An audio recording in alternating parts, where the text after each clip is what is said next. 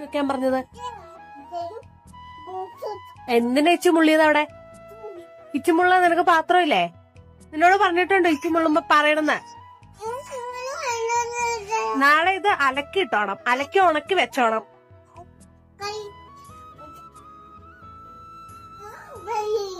നീ അലക്കണം. നീ അലക്കണം രാവിലെ. ഇനി മൂത്രം ഒഴിക്കാൻ നേരത്തെ പറഞ്ഞില്ലെങ്കിൽ അടി ഞാൻ വെച്ച് വരും.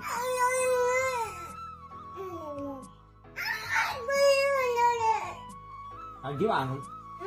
അടി വേണോ? അടി വേണോ? മൂത്രം ഒഴിക്കാൻ നേരത്തെ നീ പറയുവോ?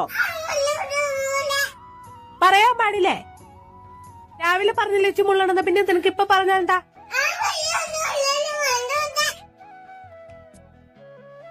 നീ ആരും ഇനി നിക്കറയിൽ മൂത്രം ഒഴിക്കൂലെന്ന് പറ. ഇനി നിക്കറയിൽ മൂത്രം ഒഴിക്കൂലെന്ന് പറ. മൂത്രം ഒഴിക്കൂല. ഇച്ചു മുള്ളില്ലാന്ന് പറ. ഇച്ചു മുള്ളില്ലാന്ന് പറ.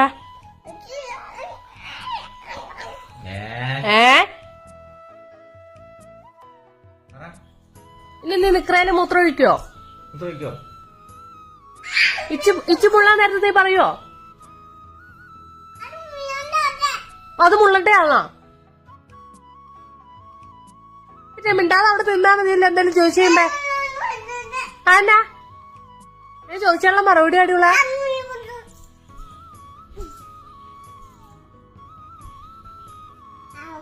ഇനി അതില് മൂത്രം ഒഴിച്ചിടാൻ പോണെയാണോ? നിന്റെ എനിക്കറിയാം നിന്റെ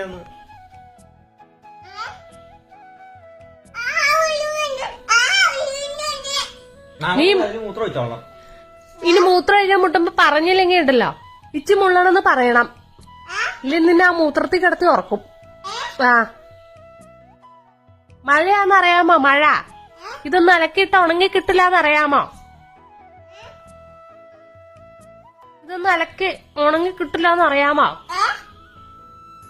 യൂനിസ് നാളെ കഴുകിടുന്നത്, ഞാൻ കഴുകിയിടൂല. അലക്കി ഉണക്കി തന്നെ അത്. അമ്മ അലക്കൂല, അമ്മ അലക്കൂല. കുഞ്ഞനലക്കും, കുഞ്ഞാപ്പി അലക്കും. കുഞ്ഞാപ്പി അലക്കും.